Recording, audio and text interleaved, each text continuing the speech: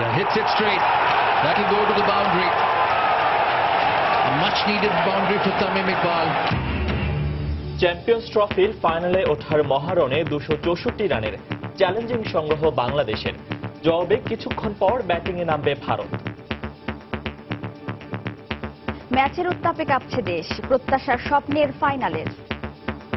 বাংলাদেশ মোটামুটি ভালোই করছে, তো আশা করি আজকে আমরা জিতবই।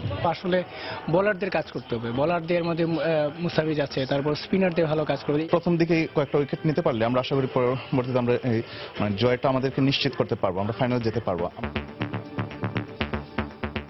দেখছিলেন প্রধান শিরোনাম। সন্ধ্যার সময়ের সঙ্গে আছি আমি ফয়সাল মোর্শেদ এবং আমি ওয়াহিদা স্বপ্না। এবার অন্যান্য শীর্ষ সংবাদ। রাঙ্গামাটিতে আরও এক সেনা সদস্য সহ 4 জনের লাশ উদ্ধার। নির্দেশ না মানার কারণেই পাহাড় ধসে মৃতের সংখ্যা বেশি, দাবি প্রশাসনের। পাল্টা অভিযোগ বাসিন্দাদের। 3 দিনের দ্বিপক্ষীয় সফরে প্রধানমন্ত্রী শেখ হাসিনা এখন সুইডেনের স্টকহোমে। দেশটির প্রধানমন্ত্রীর সঙ্গে বৈঠক আজ। আওয়ামী লীগ যখনই ক্ষমতায় আসে তখনই দেশে দুর্ভিক্ষ দেখা দেয়, মন্তব্য বেগম জিয়ার। বললেন, ক্ষমতায় আসতে পারবে না জেনেই লুটপাট চালাচ্ছে আওয়ামী লীগ। বনানী থেকে আবারও একই দিনে নিখোঁজ 3 যুবক। তদন্তে নেমেছে পুলিশ, খোঁজ নেওয়া হচ্ছে স্বজনদেরও। এবং এখনো খোঁজ মেলেনি পশ্চিম লন্ডনে পুড়ে যাওয়া গ্রেনফেল টাওয়ারে বসবাসকারী বাংলাদেশি পরিবারের, উদ্বিগ্ন স্বজনরা।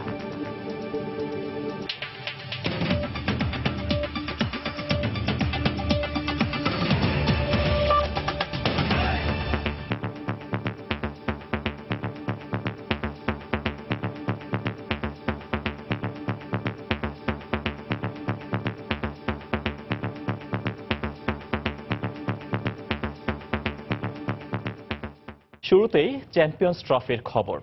বাংলাদেশ ভারত এই 2 দলেরই অবিচল লক্ষ্য চ্যাম্পিয়ন্স ট্রফির ফাইনাল। তার আগে সেমিফাইনালের মহারণে ভারতকে 265 রানের টার্গেট দিয়েছে টাইগাররা। জয়ের লক্ষ্যে কিছুক্ষণ পর ব্যাট করতে নামবে কোহলির দল। এজবাস্টনে ব্যাটিংয়ে নেমে শুরুতেই ধাক্কা খায় বাংলাদেশ। প্রথম ওভারে দলীয় 1 রানের মাথায় সৌম্য সরকারের উইকেট হারায় টাইগাররা। এরপর অবশ্য জাসপ্রীত বুমরা ও ভুবনেশ্বরের পেস বোলিংয়ের বিরুদ্ধে দারুণ প্রতিরোধ গড়ে তোলেন সাব্বির রহমান। আক্রমণাত্মক ব্যাটিং করে ভিন্ন কিছুর ইঙ্গিত দিচ্ছিলেন সাব্বির, কিন্তু দলীয় 31 রানের মাথায় ব্যক্তিগত 19 রানে সাজঘরে ফেরেন সাব্বির। এরপর 2 অভিজ্ঞ ব্যাটসম্যান তামিম ও মুশফিকের ব্যাটে প্রাথমিক ধাক্কা সামলে ওঠে টাইগাররা। ক্যারিয়ারের 38তম 50 করে ব্যক্তিগত 70 রানে তামিম আউট হলে ভাঙে 123 রানের জুটি। সেই সাথে ছন্দপতন হয় বাংলাদেশের ব্যাটিংয়েও। দ্রুতই আউটের খাতায় নাম লেখান সাকিব আল হাসান। তার পরপরই ভালোই খেলতে থাকা মুশফিকও আউট হন 61 রানের ইনিংস খেলে। বেশি দূর এগোতে পারেনি মাহমুদুল্লাহ। তবে শেষ পর্যন্ত অধিনায়ক মাশরাফির অপরাজিত 30 রানের উপর ভর করে 264 রানের পুঁজি পায় বাংলাদেশ।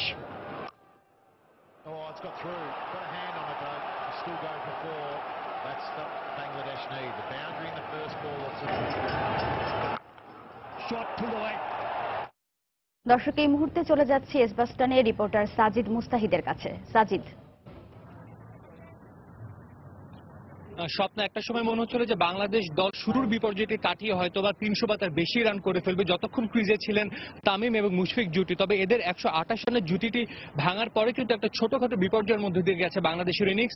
159 থেকে 184, 25 রানের ব্যবধানে বাংলাদেশের 3 গুরুত্বপূর্ণ ব্যাটসম্যান তামিম, মাহমুদুল্লাহ, তামিম, সাকিব এবং মুশফিককে হারায়। তবে এর মধ্যে মুশফিক এবং তামিমের আউটটি কিন্তু আসলে মার্জনার যোগ্য না। 2টি বলই খুবই অর্ডিনারি বল ছিল, সেগুলোতে তার আউট হয়েছেন।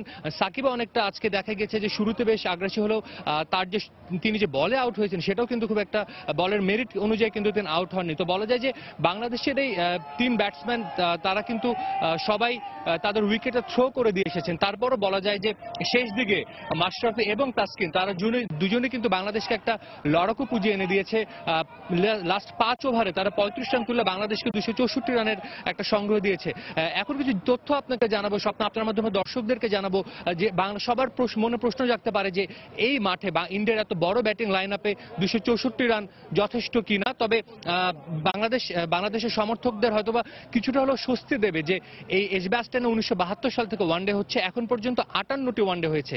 এর মধ্যে যে 50টির ফল হয়েছে তার মধ্যে মাত্র 6টি ওয়ানডেতে পরে ব্যাট করা দল 250-এর বেশি স্কোর করেছে। এর মধ্যে 2টি ওয়ানডে ছিল 55 ওভারের এবং একটি ওয়ানডে ছিল 60 ওভারের। তার মানে আমরা যদি বলতে চাই যে মাত্র 3টি ওয়ানডে যেগুলো 50 ওভারের ছিল সেগুলোতে 250 বা তার বেশি রান করেছে পরে ব্যাট করা দল।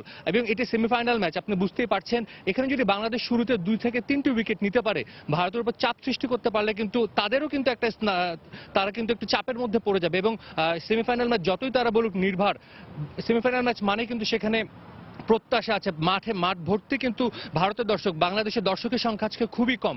তো বাংলাদেশ যদি শুরুতে কয়েকটি উইকেট ফেলাতে পারে তাহলে কিন্তু বাংলাদেশের বলবো যে জয়ের সম্ভাবনা আছে। তবে এখনো এই ম্যাচে যদি বলি যে সম্ভাবনা 50-50, কোনো দলই এগিয়ে নেই। আরেকটা তথ্য জানিয়ে শেষ করবো স্বপ্না, বাংলাদেশ এই মাঠে সর্বোচ্চ রান তাড়া করে জয়ের রেকর্ডটা 262, যেটা 2004 চ্যাম্পিয়ন্স ট্রফির সেমিফাইনালে অস্ট্রেলিয়া 259 রান তাড়া করে জিতেছিল, 262 রান করেছিল ইংল্যান্ড। এবং আরেকটি ম্যাচ ছিল, সেটি হচ্ছে 2016 সালে আপনার শ্রীলঙ্কা 252 রান তাড়া করে জিতেছিল, 256 রান করেছিল ইংল্যান্ড। তো স্বাগতিক দলেরই এখানে আধিপত্য বেশি। ভারত শক্তিশালী ব্যাটিং লাইন আপ হলো, বাংলাদেশের বোলারও যদি শুরুটা ভালো করতে পারে তাহলে বলা যায় যে বাংলাদেশের এই ম্যাচে জয়ের সম্ভাবনা আছে। এই ছিল আমার কাছে সবশেষ স্বপ্না। দর্শক, এজবাস্টন থেকে আমাদের সঙ্গে যোগ দিয়েছিলেন সহকর্মী সাজিদ মুস্তাহিদ। অনেক আশার আলো জ্বালিয়েও সেমিফাইনালে ভারতের বিপক্ষে প্রত্যাশা অনুযায়ী ভালো খেলতে পারেননি বাংলাদেশ। সারা দেশ জুড়ে টাইগার ভক্তরা তাই কিছুটা হতাশ। তবে বোলিংয়ে প্রতিপক্ষ ভারতীয়দের চেপে ধরে মাশরাফি মুস্তাফিজরা জয় ছিনিয়ে আনবে বলেই বিশ্বাস তাদের। দেখতেছি বাংলাদেশ মোটামুটি ভালোই করছে, তো আশা করি আজকে আমরা জিতবই। গত ম্যাচেও বাংলাদেশ এরকম ভয়ের মুখ থেকে আমাদেরকে এগিয়ে নিয়ে গেছে। ওরা হয়তো বা মাঠে 11 জন খেলছে, তবে আমরা সব 16 কোটি মানুষ ওদের সাথে ছিলাম। ইনশাল্লাহ আশা করি এবারও একটা জয়ের পথ আমরা দেখতে পারবো। তো আমরা আশাবাদী, এখন স্কোর যেটাই হোক, বাট হচ্ছে আমরা তো শেষ পর্যন্ত দেখবো, হতে পারে তাদের ফিল্ডিং আরো ভালো হবে, বোলিং আরো ভালো হবে। টস হয়ে গেছে একটা ফ্যাক্টর, টস যদি আমরা পাইতাম, এটা আশা ছিল আমাদের, তাহলে হয়তো আমাদের আশাটা একটু বেশি ছিল। বোলারদের কাজ করতে হবে, বোলারদের মধ্যে মুস্তাফিজ আছে, তারপর স্পিনারদের ভালো কাজ করবে। ওইখানে যদি মাহমুদুল্লাহকে বোলিংয়ে, অ্যাটাকিং বোলার আছে মাহমুদুল্লাহ, খুবই অ্যাটাকিং বোলার। মাহমুদুল্লাহ কিন্তু আবার এক্সপিরিয়েন্সও আছে, ওনাকে যদি কাজে লাগানো হয় তাহলে আলহামদুলিল্লাহ বাংলাদেশ উইন করবে। তামিম একটা আমাদেরকে ভালো স্কোর দিচ্ছে, আশা করি আমাদের বলাররা ভালো বল করবে। খুব প্রথম দিকে কয়েকটা উইকেট নিতে পারলে আমরা আশা করি পরবর্তীতে আমরা জয়টা আমাদেরকে নিশ্চিত করতে পারবো। দর্শক, এই মুহূর্তে ধানমন্ডিতে আমাদের সহকর্মী এস.এম. ইকবালের সঙ্গে আছেন জাতীয় দলের সাবেক অধিনায়ক খালেদ মাসুদ পাইলট। ভারতের বিপক্ষে টাইগারদের ব্যাটিং এর পর বোলারদের কৌশল কি হওয়া উচিত সে বিষয়ে কথা বলবেন তিনি। ইকবাল। দর্শক, চ্যাম্পিয়ন্স ট্রফির দ্বিতীয় সেমিফাইনালে ভারতের বিপক্ষে টস হেরে ব্যাট করতে নেমে 264 রান সংগ্রহ করতে পেরেছে টাইগাররা এই মুহূর্তে। অর্থাৎ ভারতের সামনে টার্গেট দাঁড়িয়েছে 265 রান। আসলে এই টার্গেটটি নিয়ে ম্যাচ জয় করতে হলে কি প্রয়োজন বা বোলারদের কিভাবে বল করতে হবে সেই বিষয় অ্যানালাইজ করতে বা সেই বিষয় নিয়ে কথা বলতে আমাদের সঙ্গে আছেন বাংলাদেশ জাতীয় ক্রিকেট দলের সাবেক অধিনায়ক খালেদ মাসুদ পাইলট। আমরা এখন সরাসরি পাইলট ভাইয়ের কাছ থেকে জানবো আসলে এই ম্যাচে বাংলাদেশের কি করণীয়। পাইলট ভাই, আমরা যেমন কি বলছিলাম, আসলে এখন টার্গেট 265, ভারতের দলের কাছে একটু কমই হবে, তারপর বোলারদের কি করবে? না, অবভিয়াসলি আমার কাছে মনে হয় যে রানটা একটু শর্টেজ। আমার কাছে মনে হয় যে আমরা স্টার্টিংটা যত সুন্দর করছিলাম, আমি বলবো যে তামিম অসাধারণ ফ্যান্টাস্টিক ব্যাটিং করছিল। তারপরে মুশফিক তামিমের যে একটা সুন্দর একটা পার্টনারশিপ বিল্ড আপ হচ্ছিল এবং একটা সময় রানের মোমেন্টামটা চলে আসলো, যে জিনিসটা আমাদের খুবই দরকার ছিল, যে মোমেন্টামটা, সেই রানের মোমেন্টামটা খুবই সুন্দর পেয়ে গেছিলো। এবং ব্যাড লাক তামিম এটা হয়তো রাশ শর্টস খেলে হয়তো আউট হয়েছে, বাট ওইটা খুব ক্রুশিয়াল ছিল তামিমের আউট, এবং ব্যাক টু ব্যাক তারপরেই সারাতে কিন্তু মুশফিক আউট হয়ে যায়। রানটা হয়তো আমার মনে হয় যে 30-40 রান শর্ট, 30 রানের মতো একটা উইকেটটা কিন্তু খুবই ভালো ছিল, দেখে বোঝা ছিল ব্যাটে খুব সুন্দর বল আসছে। এই মুহূর্তে আমার কাছে মনে হয় খুবই ইম্পর্টেন্ট যে আমাদের ভালো বোলিং করতে, যেহেতু এটা run always difficult to chase. আমার কাছে মনে হয় যে যেহেতু নকআউট পর্যায়ের ম্যাচ, সেমিফাইনাল ম্যাচ, ইন্ডিয়ার জন্য একটা বড় প্রেশার থাকবে, সেটা যে রানই হোক না কেন। আমার মনে হয় যে আমাদের বোলিং ডিপার্টমেন্টটা যদি ভালো বল করতে পারে, অ্যাটলিস্ট কিছু 2-3 জন বোলার যদি ইকোনমি রাখতে পারে, খুব ভালো কন্ট্রোল, এবং আরেক সাইড থেকে যদি উইকেট বের করতে পারে, ব্রেক থ্রু দিতে পারে, তাহলে কিন্তু অসম্ভব কিছু না। তাহলে ভাই সেক্ষেত্রে বলা যেতে পারে উইকেটের কন্ডিশনটা আপনি কেমন দেখছেন? সেকেন্ড ইনিংসে ভারতের জন্য ব্যাট করা আসলে এই উইকেটে কতটুকু চ্যালেঞ্জিং বা টাফ হবে?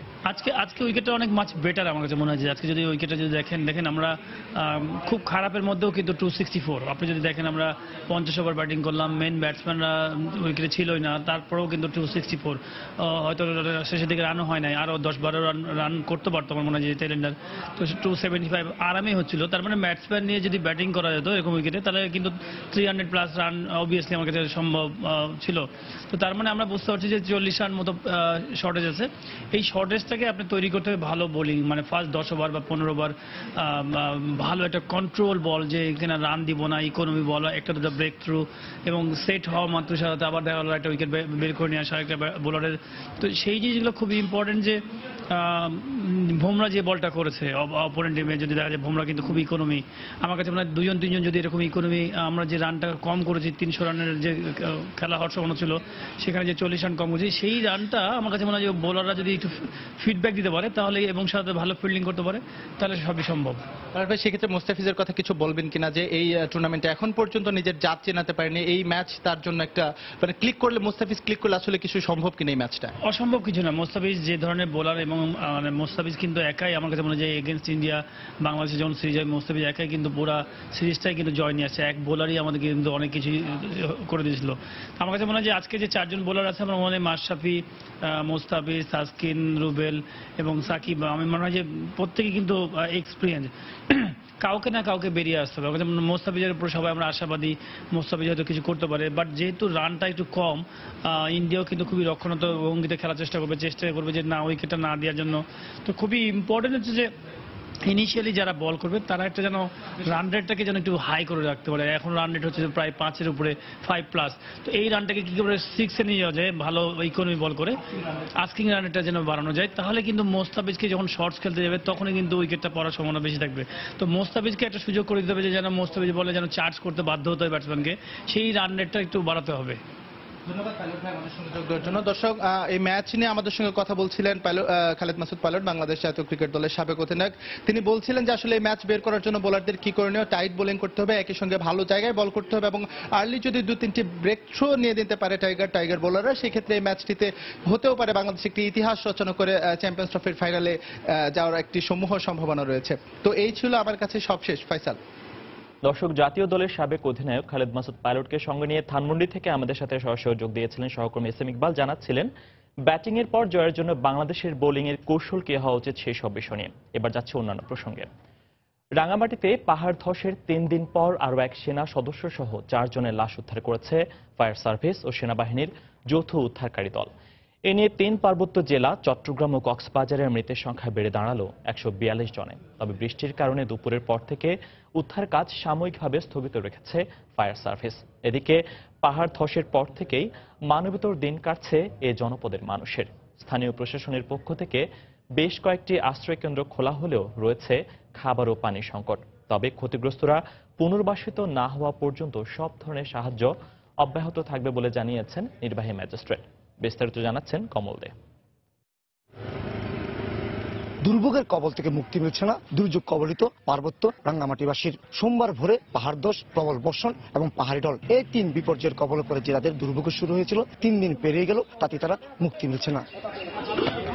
বৃহস্পতিবার সকাল 8টা থেকে রাঙ্গামাটির সদরের 5টি পয়েন্টে একযোগে তল্লাশি শুরু করে বাংলাদেশ সেনাবাহিনী ও ফায়ার সার্ভিস। দুপুর 2টা পর্যন্ত টানা তল্লাশি চালানো হয়। এর মাঝে উদ্ধার করা হয় 3টি মরদেহ। এর মধ্যে রয়েছে রাঙ্গামাটির মানিকছড়িতে নিখোঁজ সেনাবাহিনীর সৈনিক আজিজের মরদেহ। সোমবার সকালে উদ্ধার কাজ চালাতে গিয়ে নিখোঁজ হন সেনাবাহিনীর সৈনিক আজিজ। বিকেল 3টার দিকে প্রবল বর্ষণ এবং বাতাস শুরু হলে উদ্ধার কাজ সাময়িক স্থগিত করে ফায়ার সার্ভিস। সময় যত গড়াচ্ছে তল্লাশিতে উঠে আসছে তত লাশ। এক্ষেত্রে ফায়ার সার্ভিসের কর্মীরা বলছেন, যতক্ষণ না পর্যন্ত নিখোঁজ ব্যক্তিদের সন্ধান পাওয়া যাবে ততক্ষণ পর্যন্ত তাদের এই তল্লাশি অভিযান চলবে। মানিকছড়ি এবং পোস্ট অফিস কলোনি, এই দুইটা আমরা অলরেডি উদ্ধার কার্যক্রম আমাদের সমাপ্তি হয়েছে, যেহেতু সেখানে আর কোনো ভিকটিম নেই। কিন্তু এখনো 3টা রূপনগর এবং আমাদের পশ্চিম মুসলিম পাড়া সহ এখানে যে আপনার মন্দির আছে, সেখানে কার্যক্রমটা আমাদের অব্যাহতি আছে। এদিকে সবচেয়ে বেশি ভোগান্তির মধ্যে রয়েছে আশ্রয় কেন্দ্রে আশ্রয় নেওয়া আশ্রয় প্রার্থীরা। রাঙ্গামাটি সদরের 10টি আশ্রয় কেন্দ্রে প্রায় 1000-এর বেশি মানুষ আশ্রয় নিয়েছে। এখন পর্যন্ত কোনো সরকারি সহায়তা পায়নি বলে অভিযোগ এসব আশ্রয়প্রার্থীর। কুয়াশালে আছে বৃষ্টি বাদলে কিছু তো নাই, পানিও মতো পাইতে পারছি নেই। শরীরের অবস্থা ভালো না, ওষুধ পাতি নেই, কিছু নাই। এলাকার সব ঘর বাড়ি ভেঙে গেছে, আমাদের কুরুমে 2 জন মারা গেছে ঘর চাপা পড়ে, আর একজন আহত হয়েছে হাসপাতালে সে। আর এলাকার সবই খুবই খারাপ এলাকার অবস্থা। এখানে এমনি মোটামুটি যা দেয় তাই সহজে আল্লাহ যা দেয় তাই খায় বাঁচতাছি। এখন আমরা সরকারের কাছে আহ্বান জানাই আমাদেরকে কিছু সাহায্য করার জন্য, যাতে আমরা বাল বাচ্চা নিয়ে আপাততভাবে খেয়ে দিয়ে জানে থাকতে পারি। তবে জেলা প্রশাসনের কর্মকর্তারা জানিয়েছেন আশ্রয় প্রার্থীদের জন্য পর্যাপ্ত পরিমাণ ত্রাণের ব্যবস্থা করা হয়েছে। পর্যায়ক্রমে এই ত্রাণ তাদের কাছে পৌঁছে দেওয়া হবে। যারা আশ্রয় নিয়েছে এদেরকে আমরা পুনর্বাসনের চেষ্টা করতেছি এবং এদেরকে নিয়মিত জেলা প্রশাসন থেকে খাদ্য সরবরাহ করা হচ্ছে। আর আশ্রয় কেন্দ্রগুলিতে সবসময় হচ্ছে জেলা প্রশাসনের একটা টিম থাকতেছে, সাথে সবচেয়ে বেশি যে ভূমিকা পালন করতেছে সেটা হচ্ছে স্থানীয় জনগণ। রাঙ্গামাটির পাহাড় ধস কতটা ভয়াবহ ছিল তা নেত্রকোনা দেখলে বিশ্বাস করা যাবে না। ফায়ার সার্ভিসের কর্মকর্তারা বলছেন এখন যারা নিখোঁজ হয়েছে তাদের প্রত্যেকের মরদেহ 15 থেকে 20 ফুট মাটির নিচে ডুবে আছে। তা আদৌ উদ্ধার করা সম্ভব হবে না বলে মনে করছেন তারা। এখন আদৌ উদ্ধার হয় কিনা এটাই এখন দেখার বিষয়। রাঙ্গামাটি থেকে কমল দে, সময় সংবাদ। এদিকে চট্টগ্রামের পাহাড়ে ঝুঁকি নিয়ে বসবাসকারীদের উচ্ছেদের ক্ষেত্রে কোনো রাজনৈতিক বাধা সহ্য করা হবে না, জড়িতদের কঠোর হাতে দমন করা হবে বলে জানিয়েছেন সড়ক পরিবহন ও সেতুমন্ত্রী ওবায়দুল কাদের। সকালে চট্টগ্রাম নগরীর বাটালি হিল এলাকা পরিদর্শনকালে তিনি একথা বলেন। এ সময় সিটি মেয়র আজম নাসির উদ্দিন ও জেলা প্রশাসক জিল্লুর রহমান সহ স্থানীয় আওয়ামী লীগের শতাধিক নেতাকর্মী উপস্থিত ছিলেন। মন্ত্রী বাটালি হিল এলাকার পাহাড়ে ঝুঁকি নিয়ে বসবাসকারীদের সরিয়ে নিয়ে পুনর্বাসনের নির্দেশ দেন।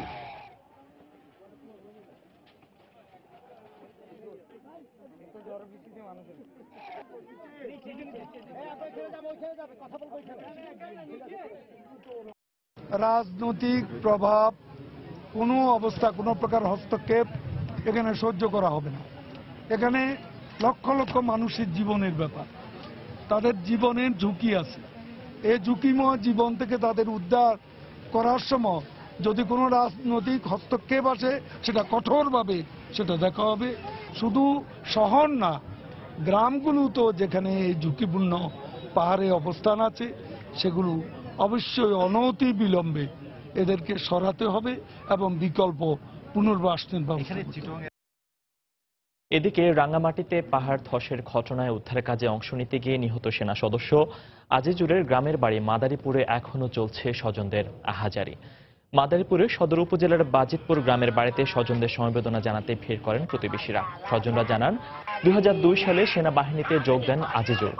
এক সন্তানের জনক আজিজুরের আকস্মিক মৃত্যু কোনোভাবে মেনে নিতে পারছেন না তারা। পরিবারের একমাত্র উপার্জনক্ষম ব্যক্তি মারা যাওয়ায় দিশেহারা হয়ে পড়েছেন পরিবারের সদস্যরা। গত মঙ্গলবার রাঙ্গামাটিতে পাহাড় ধসের ঘটনায় উদ্ধার কাজে অংশ নিতে গিয়ে প্রাণ হারান সেনা সদস্য আজিজুর। আজ দুপুরে রাঙ্গামাটির মানিকছড়ি এলাকা থেকে তার মরদেহ উদ্ধার করেন ফায়ার সার্ভিস কর্মীরা।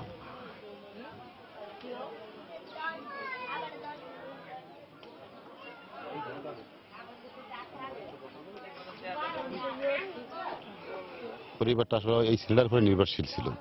এই পরিবারটা এত দুর্বল, আরো বড় না, বাবা কৃষি কাজ করতো, আজকে এখন আর দুরবস্থা পড়ে গেল। ওদের আসলে এখন আর কামাই সুদের মতন সেই নির্ভরযোগ্য কেউ নাই। সরকারের কাছে দাবি দু যেন বাপ মারে একটু মেয়ে আছে, পরিবার আছে, তাকে যেন একটু দেখে রাখে। সন্ধ্যার সময় আরো থাকছে।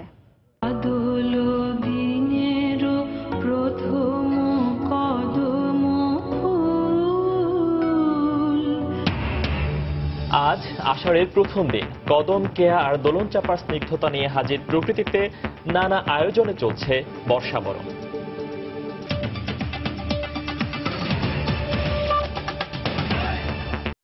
3 দিনের দ্বিপক্ষীয় সফরে প্রধানমন্ত্রী শেখ হাসিনা এখন সুইডেনের স্টকহোমে। বুধবার স্থানীয় সময় রাত 9:40 আর্লান্ডা এয়ারপোর্টে পৌঁছান তিনি। শেখ হাসিনাকে স্বাগত জানাতে বিমানবন্দরে জড়ো হন প্রবাসী বাংলাদেশি এবং স্থানীয় আওয়ামী লীগের নেতাকর্মীরা। সুইডেন থেকে বিস্তারিত জানিয়েছেন আমাদের প্রতিনিধি লুৎফুর রহমান বাবু। প্রধানমন্ত্রী শেখ হাসিনা বুধবার স্থানীয় সময় সন্ধ্যা 9:30 সুইডেন স্টকহোমের আর্লান্ডা বিমানবন্দরে এসে পৌঁছান। বিমানবন্দরে প্রধানমন্ত্রী শেখ হাসিনাকে সুইডেন সরকারের ঊর্ধ্বতন কর্মকর্তা এবং সুইডেনে নিযুক্ত বাংলাদেশের রাষ্ট্রদূত গুলাম সারওয়ার অভ্যর্থনা জানান। বিমানবন্দর থেকে প্রধানমন্ত্রী শেখ হাসিনাকে মোটর শোভাযাত্রা সহকারে স্টকহোমের গ্র্যান্ড হোটেলে নিয়ে আসা হয়। গ্র্যান্ড হোটেলে ইউরোপিয়ান আওয়ামী লীগের নেতৃবৃন্দ এবং অন্যান্য আওয়ামী লীগের নেতৃবৃন্দরা প্রধানমন্ত্রী শেখ হাসিনাকে ফুলেল অভ্যর্থনা প্রদান করেন। বৃহস্পতিবার স্থানীয় সময় দুপুরে প্রধানমন্ত্রী সুইডেন পার্লামেন্ট পরিদর্শনের মধ্য দিয়ে তার সফর শুরু করবেন বলে জানা গেছে। পরবর্তীতে প্রধানমন্ত্রী সুইডেনের প্রধানমন্ত্রী স্টিফেন লফডেনের সাথে আনুষ্ঠানিক বৈঠক এবং মধ্যাহ্নভোজে অংশগ্রহণ করবেন। প্রধানমন্ত্রী এসব বৈঠকে গুরুত্বপূর্ণ বিষয় নিয়ে দ্বিপাক্ষিক আলোচনায় অংশগ্রহণ করবেন। তার সেই আলোচনায় জলবায়ু পরিবর্তন, সন্ত্রাসবাদ সহ অন্যান্য গুরুত্বপূর্ণ বিষয়গুলো স্থান পাবে বলে জানা গেছে।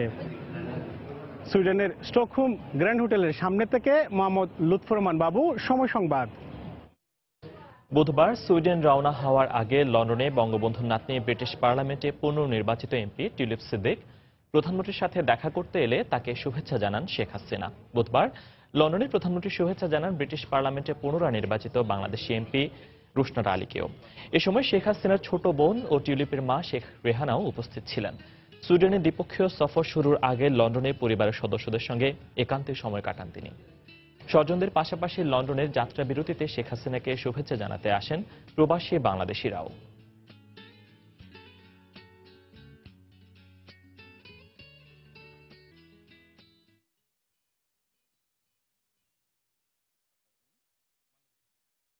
আওয়ামী লীগ যখনই ক্ষমতায় আসে তখনই দেশে দুর্ভিক্ষ দেখা দেয় বলে মন্তব্য করেছেন বিএনপি চেয়ারপারসন বেগম খালেদা জিয়া। রাজধানীর ইঞ্জিনিয়ার্স ইনস্টিটিউশন মিলনায়তনে ঢাকা মহানগর দক্ষিণ বিএনপি আয়োজিত ইফতার মাহফিলের প্রধান অতিথির বক্তব্যে তিনি একথা বলেন। বেগম জিয়া আরো বলেন, ক্ষমতায় আসতে পারবে না জেনেই আওয়ামী লীগ দেশে লুটপাট চালাচ্ছে। এই আওয়ামী লীগ যখন আসে তখনই এই দেশে দুর্ভিক্ষ হয়। ৭৪-এর দুর্ভিক্ষ দেশে মানুষ ভোলে নাই, ক্ষমতায় এসে আওয়ামী লীগ করেছিল।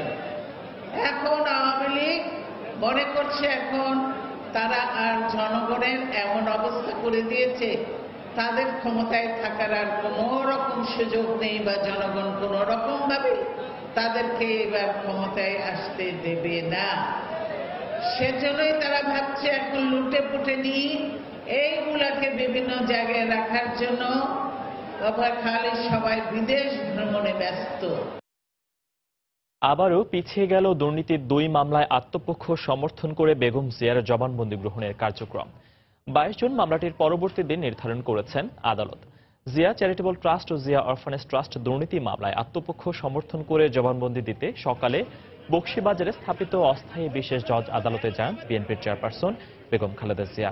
এদিনের কার্যক্রমের শুরুতেই বেগম জিয়ার আইনজীবী আব্দুর রেজাক খান অসুস্থ থাকায় চ্যারিটেবল ট্রাস্ট দুর্নীতি মামলার তদন্ত কর্মকর্তা জেরা কার্যক্রম সংক্ষিপ্ত করার আবেদন করেন। তিনি প্রায় 10 মিনিট জেরা করেন তদন্ত কর্মকর্তাকে। এরপর বিচারক ডক্টর আখতারুজ্জামান 2 মামলার কার্যক্রম 22 জুন পর্যন্ত মুলতবি ঘোষণা করেন।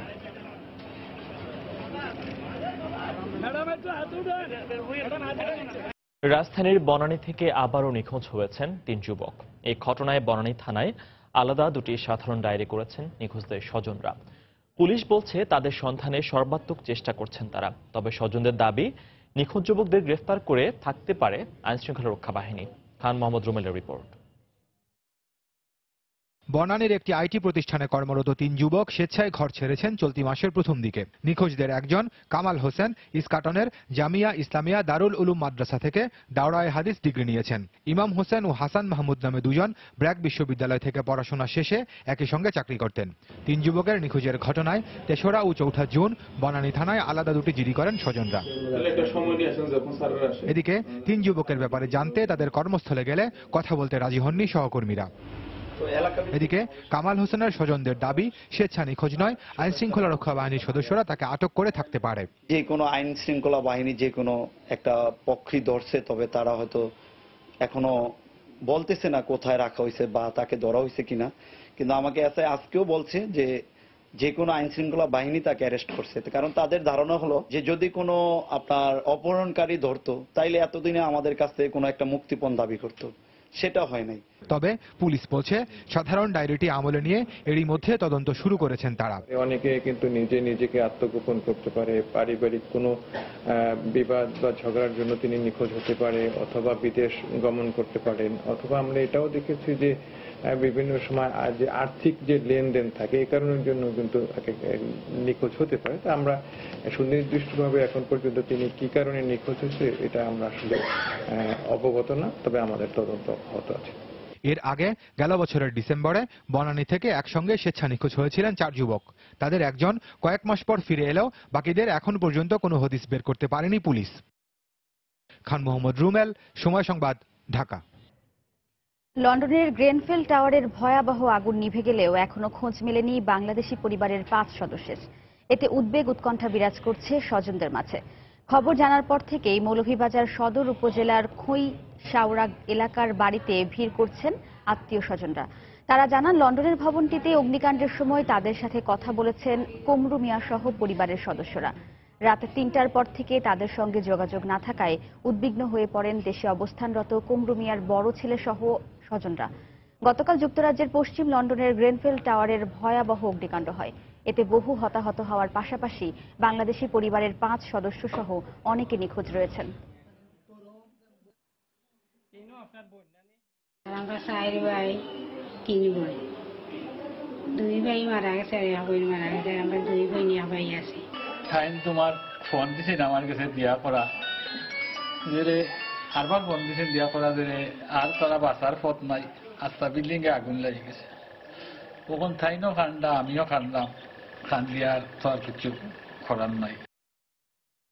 সন্ধ্যার সময়ে আরো থাকছে চীনের পূর্বাঞ্চলে একটি স্কুলে বিস্ফোরণে 7 জন নিহত।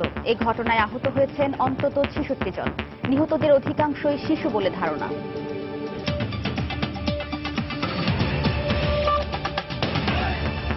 রাজধানীর কমলাপুর রেল স্টেশনে সকাল 8টা থেকে দেয়া হয় 24 জনের আগাম টিকিট। বুধবার রাত থেকে টিকিটের জন্য দীর্ঘ লাইনে দাঁড়িয়ে থাকেন দেশের বিভিন্ন অঞ্চলের মানুষ। রাতভর অপেক্ষার পর সকালে টিকিট হাতে পেয়ে উচ্ছ্বসিত হতে দেখা যায় অনেককে। কয়েকজনকে দেওয়ার পরই এসি টিকিট শেষ হয়ে যাওয়ায় ক্ষোভ প্রকাশ করেন অনেক টিকিট প্রত্যাশী। সাধারণ মানুষ বলছেন, ঈদে সড়ক পথে যানজট সহ দুর্ঘটনার ঝুঁকি থাকায় পরিবার নিয়ে ট্রেনে করে বাড়ি ফিরতে চান তারা। আর এজন্যই রাতভর অপেক্ষা করেছেন একটি টিকিটের জন্য। গত 12 জুন থেকে রেলের অগ্রিম টিকিট দেয়া শুরু হয়। এদিকে বেলা 12টার দিকে কমলাপুর রেল স্টেশনে পরিদর্শনে এসে র্যাবের মহাপরিচালক বলেছেন, প্রতিবারের মতো এবারের ঈদেও ঘরমুখো মানুষের জন্য বিশেষ নিরাপত্তায় থাকবেন তারা। এছাড়াও গুরুত্বপূর্ণ স্থানে র্যাবের বিশেষ ক্যাম্প স্থাপন করা হবে বলেও জানান তিনি।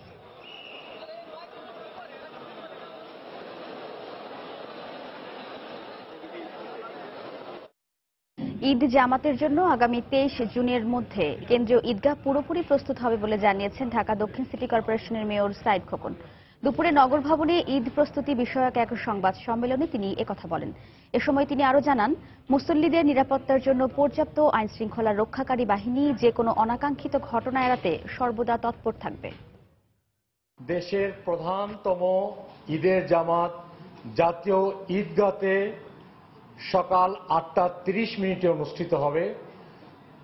যদি বৈরী আবহাওয়া থাকে তাহলে এই জামাত জাতীয় মসজিদ বায়তুল মোকাররমে সকাল 9টায় অনুষ্ঠিত হবে। ঢাকা মেট্রোপলিটন পুলিশ এবং র্যাপিড অ্যাকশন ব্যাটালিয়ন প্রয়োজনীয় ব্যবস্থা গ্রহণ করবেন। নিশ্চিত নিরাপত্তার ব্যবস্থা করা হবে। কখনো মেঘ, কখনো বিরামহীন ঝড়ো ঝড়ো ধারা, আবার কখনো ঝড়ের রুদ্ররূপ। প্রকৃতির এই নানা রং রূপ মাদকতা নিয়েই বর্ষা। জল পড়ে, পাতা নড়ে, নড়ে ওঠে কবির হৃদয়। সুরে, কথায়, গানে ও বাণীতে নানা রূপে বর্ষা আসে আমাদের মাঝে।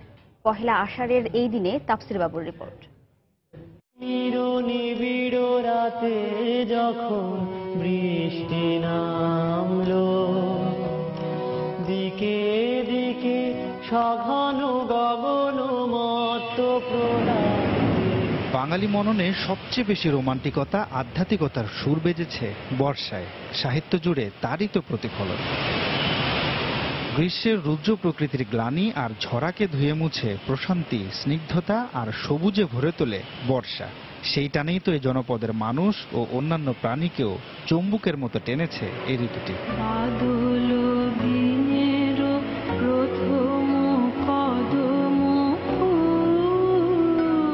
বাদল দিনের প্রথম কদম ফুল প্রতিটি বাঙালির কাছেই যা কেবলমাত্র প্রিয়জনের জন্য, কারণ তার থোকায় থোকায় ফুটে থাকা সৌন্দর্য আর মন মাতানো ঘ্রাণ। এত কিছুর পরও এই মুগ্ধকর ঋতুরও রয়েছে সর্বগ্রাসী রূপ। অতিবৃষ্টিতে বন্যা, ঘূর্ণিঝড়, জলোচ্ছ্বাসের মতো প্রাকৃতিক দুর্যোগ মোকাবেলা করে টিকে থাকতে হয়েছে এ জনপদের মানুষকে। তবুও গবেষকদের কাছে বরাবরই মোহমুগ্ধ হয়ে উঠেছে নানা রূপের এই ঋতুটি। কোথায় যেন একটা ভালোবাসার জায়গা থাকে বর্ষায়, কদম ফুল ফোটে, নানা রকম প্রকৃতিতে পরিবর্তন ঘটে, নাগরিক জীবনে বিড়ম্বনা হয়, তবু বর্ষা আমাদের কাছে প্রত্যাশিত। বর্ষা এলেই আমরা খুশি হই, বর্ষা এলেই সেই কবির মতন বলতে ইচ্ছে হয়, এমনও দিনে তারে বলা যায়, এমনও ঘনঘোর বরিশায়। বর্ষায় ধুয়ে যাক জীবনের সব ক্লেদ, ভালোবাসায় পূর্ণ হয়ে উঠুক প্রকৃতি আর মানববন। বর্ষাকে ঘিরে এমন প্রত্যাশাই যেন সবখানে। তাফসির বাবু, সময় সংবাদ, ঢাকা। ঈদের কেনাকাটায় রাজধানীবাসী ছুটছেন শপিং মল আর মার্কেটগুলোতে। এই মুহূর্তে রাজধানীর নিউ মার্কেট এলাকায় রয়েছেন সহকর্মী তোহা খান তামিম। কেনাকাটার খবর জানবো তার কাছ থেকে। তামিম। ফয়সাল, আসলে সপ্তাহের শেষ বার আজকে বৃহস্পতিবার। এই বৃহস্পতিবারে কিন্তু আমরা লক্ষ্য করছি যে কর্মব্যস্ত রাজধানীবাসী তাদের কর্মব্যস্ততা শেষ করে কিন্তু মূলত মার্কেটে চলে এসেছেন ঈদের কেনাকাটা করতে। ঠিক গত কয়েকদিন আগের চিত্র যদি বলি আমি, ঠিক এই মুহূর্তে অর্থাৎ ইফতারের পরে আসলে মার্কেটগুলো অনেকটাই ফাঁকা থাকতো, ক্রেতা শূন্য থাকতো, কিন্তু এখন কিন্তু আসলে বলা যায় যে একেবারে ঈদের যে কেনাকাটা, সেই কেনাকাটা কিন্তু আসলে একেবারে জমে উঠেছে। অর্থাৎ অনেকেই কিন্তু আমরা দেখেছি যে এই মার্কেটের সামনে কিন্তু ইফতার সেরে নিয়েছেন এবং ঠিক মার্কেটের ওই ইফতারের সময়টাতে তারা অপেক্ষা করেছেন কখন আসলে দোকানগুলো আবার সচল হবে এবং কখন বেচা বিক্রি শুরু হবে। ঠিক যখন বেচা বিক্রি শুরু হয়েছে একেবারে বলা যায় যে হুমড়ি খেয়ে পড়ছে দোকানগুলোতে এবং তাদের যে পছন্দের পণ্যটি সেই পণ্যটি তারা আসলে কিনে নিচ্ছেন। তো এখানে আসলে এর আগেও দর্শকদের দেখিয়েছিলাম যে বিদেশি যে পোশাকগুলো রয়েছে, যেমন বাহুবলী, সারারা অথবা আরও যে সমস্ত পাংচু নামের যে সমস্ত বাচ্চাদের যে পোশাকগুলো রয়েছে, সেই পোশাকের যে দৌরাত্ম্য বা সেই পোশাকের যেই মূল্য, সেই মূল্যকে ছাপিয়ে কিন্তু যে দেশি পোশাক, সেই দেশি পোশাক কিন্তু অনেক সাশ্রয় এবং অনেক ফ্যাশনেবল এখানকার বিক্রেতারা এবং যারা ক্রেতা তারাও বলছেন। এমন একজনের সাথে একটু কথা বলবো যিনি আসলে প্রতি বছরে আসলে দেশি পোশাক কেনেন এবং জানতে চেষ্টা করবো আসলে দেশি পোশাক কেন। আসলে সবসময় দেশি পোশাকের প্রতি আমরা দুর্বল, আর এই মার্কেটে আসলাম আমার মেয়ের পছন্দ চাঁদনী চক মার্কেট এবং দামও তেমন একটা বেশি না। অন্যান্য মার্কেটের তুলনায় দামটা খুব ভালো আমাদের সাধ্যের মধ্যে, আর আমরা মধ্যবিত্ত পরিবার, আমাদের হাইফাই মার্কেটে যাওয়ার মতো অ্যাবিলিটিতে আসলে নাই। ধন্যবাদ আপনাকে। আসলে শুনছিলাম ফয়সাল, যেই বিদেশি পোশাকের দৌরাত্ম্য বা বিদেশি পোশাকের যে প্রভাব, সেই প্রভাবের কিন্তু বিপরীতে কিন্তু আসলে দেশি পোশাক কিন্তু জনপ্রিয় হয়ে উঠছে এবং অনেকে কিন্তু দেশি পোশাক কিনছেন সাশ্রয়ী দাম এবং ফ্যাশনেবল হওয়ার কারণে। তো ফয়সাল, রাজধানী নিউ মার্কেট এলাকা থেকে ঈদের কেনাকাটা এই ছিল আমাদের সবশেষ। ফয়সাল। দর্শক, ঈদ কেনাকাটার খবর জানাতে আমাদের সাথে সরাসরি যোগ দিয়েছিলেন সহকর্মী তোহা খান তামিম। যাচ্ছি পরবর্তী প্রসঙ্গে। রাজধানীর বিভিন্ন স্থানে অভিযান চালিয়ে অজ্ঞান পার্টির 20 ছিনতাই ও ডাকাত চক্রের 6 এবং 8 ভুয়া ডিবি সদস্যকে আটক করেছে গোয়েন্দা পুলিশ। এছাড়া ভাটারায় আনোয়ার হোসেন হত্যা মামলার 2 আসামিকে বরিশাল থেকে আটক করেছে পুলিশ। দুপুরে ঢাকা মেট্রোপলিটন পুলিশের মিডিয়া সেন্টারে সংবাদ সম্মেলনে কথা জানান ঢাকা মহানগর গোয়েন্দা পুলিশের যুগ্ম কমিশনার আব্দুল বাতেন। তিনি জানান, ঈদকে সামনে রেখে সংগঠিত প্রতারক চক্রের 36 সদস্যকে রাজধানীর কমলাপুর রেল স্টেশন এবং কারওয়ান বাজার এলাকা থেকে আটক করা হয়। তাদের কাছ থেকে চেতনানাশক ওষুধ, অজ্ঞান করার ওষুধ, মেশানো খেজুর ও খেলনা অস্ত্র উদ্ধার করা হয়। অন্যদিকে গত 9 জুন ভাটারায় টেলর আনোয়ার হত্যা মামলার 2 আসামিকে বরিশাল থেকে আটক করা হয়।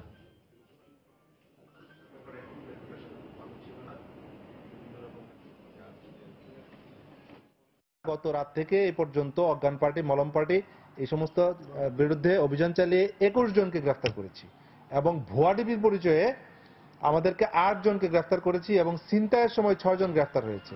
মোট প্রায় 34 জনকে আমরা এই ধরনের প্রতারকদেরকে গ্রেফতার করেছি। যে মানুষটা তাকে আশ্রয় দিয়েছে, তার দোকানে কাজ করে এবং তার স্ত্রীকে মা বলে ডাকে, তাকে গিয়ে রেপ করতে পারে, রেপ করার পরেই তার মধ্যে এই প্রতিহিংসা জন্ম নেয় যে না, তাকে আমরা হত্যা করব, এবং এই কারণেই তারা হত্যা করে।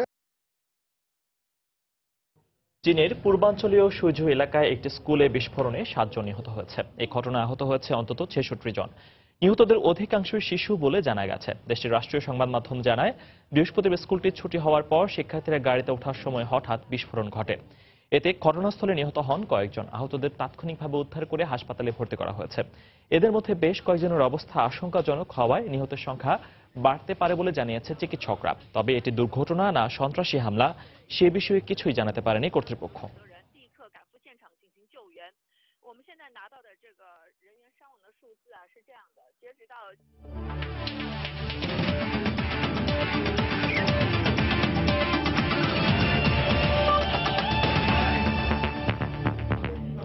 আবারও চ্যাম্পিয়ন্স ট্রফির খবর। রাজধানীর টিএসসিতে আছেন আমাদের রিপোর্টার তারেক হাসান শিমুল। বাংলাদেশ ম্যাচ নিয়ে দর্শকদের অনুভূতির খবর জানতে আমরা সরাসরি যাচ্ছি তার কাছে। শিমুল।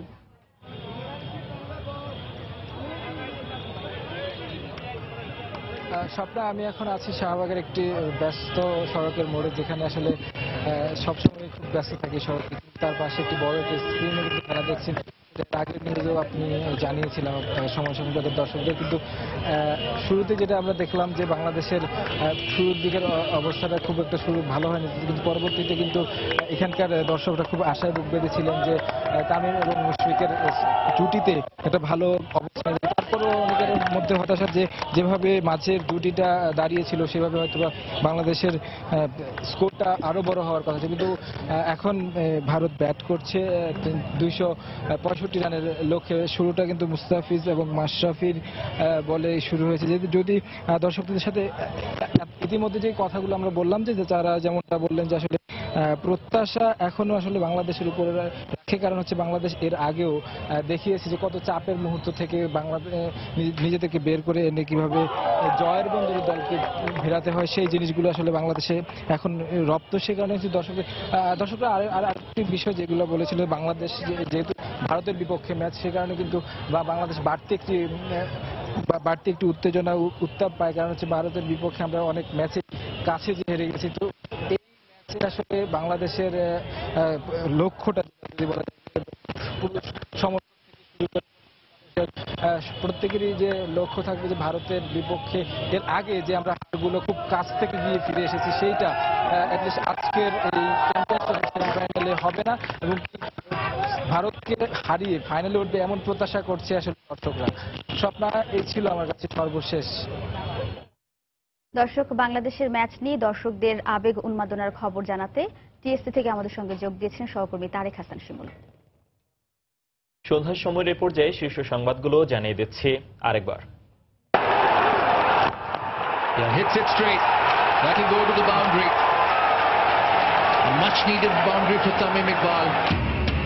চ্যাম্পিয়ন্স ট্রফির ফাইনালে ওঠার মহারণে 265 রানের টার্গেট দিয়েছে বাংলাদেশ। জয়ের লক্ষ্যে ব্যাট করছে ভারত।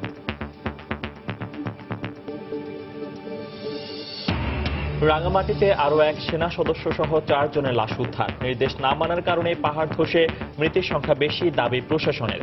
পাল্টা অভিযোগ বাসিন্দাদের। প্রধানমন্ত্রী শেখ হাসিনার সুইডেন সফরের দ্বিতীয় দিনে দেশটির প্রধানমন্ত্রীর সঙ্গে বৈঠক। যোগ দেবেন প্রবাসী বাংলাদেশিদের সঙ্গে মতবিনিময় সভায়। আওয়ামী লীগ ক্ষমতায় আসলে দেশের দুর্ভিক্ষ দেখা দেয়, মন্তব্য বেগম জিয়ার। বললেন, ক্ষমতায় আসতে পারবে না জেনে লুটপাট চালাচ্ছে দলটি। এবং বনানী থেকে আবারও একই দিনে নিখোঁজ 3 যুবক। তদন্তে নেমেছে পুলিশ, খোঁজ নেওয়া হচ্ছে স্বজনদেরও।